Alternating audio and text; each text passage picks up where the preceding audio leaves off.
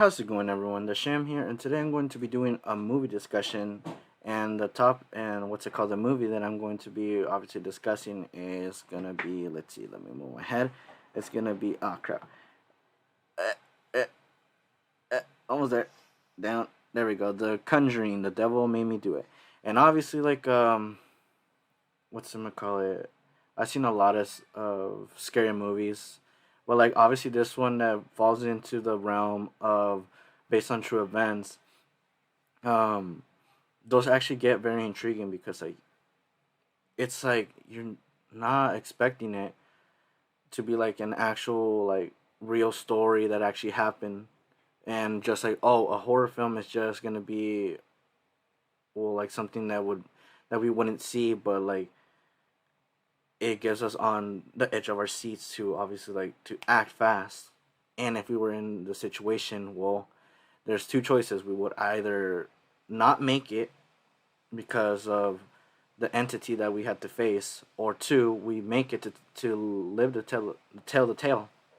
But this one was an actually interesting film because I've obviously seen the other past ones that they made, which were The Nun and what's it called, the second one, and the Annabelle series, and obviously like the one that truly stood out to me was has to be like the second one, because like the second one falls in more of that realm of like the possessions that happen. Like obviously this one does also because, well, I don't want to spoil it, but like it has obviously like to do with the devil, or like it says, the devil made me do it, and obviously like that's like the whole region of the whole thing, which is basically the devil and like and the possessions. That's all what it pertains in the Conjuring storyline. But like for this one was very interesting because like it's an interesting type of possession and how the storyline went for that plot of this film.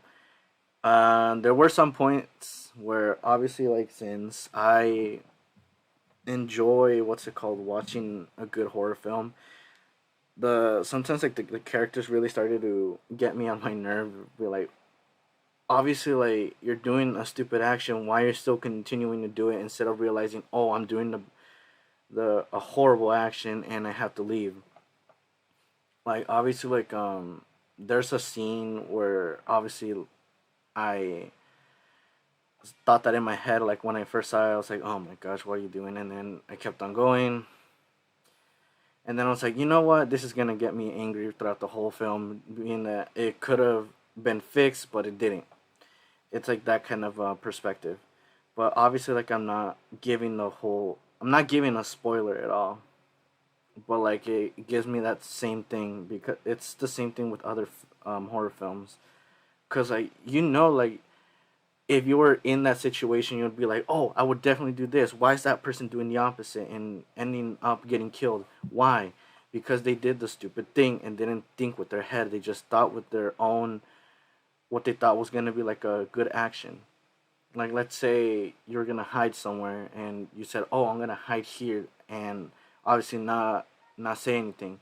Whereas the person in the movie would be doing the opposite and hide in a very like location where they could find them, and like be on their edge that they're really like they can't hold their breath for that long and end up getting killed in that film. And I was like, oh my gosh.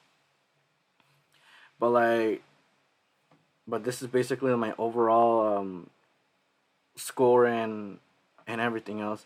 I'll probably have to give it an 8 because one, the characters, there were some characters that really got me on my nerve. I was like, man, you're annoying, and you could have done something better. Um, the storyline was great because obviously like it's a true story, and it obviously I can't say, oh, it's so fake, because Hollywood is Hollywood, but Hollywood, when they try to do actual stories, they actually pull through with getting the actors to look exactly like them, how they were in real life. I guess the scary part, I would it would be lower because like it's not that kind of, oh my gosh, I'm getting so scared throughout the whole film. No, it's like that kind. It's always with the same formula of jump scares equal scary, and will jump you out, or unexpected sounds and stuff like that. Like that's what I've been sensing it, and I was like, I want a horror film that actually gets me scared throughout the whole film, and basically like once I get out, I still have the chills, and yeah, and I guess for yeah, I would give it an 8 because like it's still missing that horror effect to obviously get you on your edge of your seat and be like, I'm not gonna be able to sleep tonight. Like that kind of perspective. The characters, there were some good ones, but there were some that really like got me on my nerve, but it was still okay. The storyline was okay also because like you don't expect it, and this was actually like a true life event, and like I can't see myself doing that because like I don't want to mess with an entity that's very strong, and what if I'm in a situation that I can't like go back and try to fix it? But it was still amazing to watch. Like it got me on my nerve. That's what I will say. It got me on my nerve, but it's still a good watch. Like there was nothing like all too horrible. Like oh the characters suck or the what's it called the entity that they had to fight sucked also and all this and that. But overall, I give it the 8 just because of those stances. The fear factor, the characters, and the storyline. They all build up in one good thing, but it still missed a few things. Like the second one, I kind of enjoyed it because like there were some points that I was like laughing because well, there's some comedic moments that they try to add to get you entertained instead of being like, okay, so I'm watching that this is happening and this is developing over the length of the movie. So let's see where this is going. But like they give you entertainment to be like, oh, I actually like this character more instead of saying, ah, I still can't get that taste that you were a poor character to me. Like you could have done better and stuff like that. But yeah, I guess it's not a long discussion, but still, like I wanted to get that off my my mindset of how did I feel about this film, and if you should watch it, I say yes. It's an overall good, what's it called, a good watch.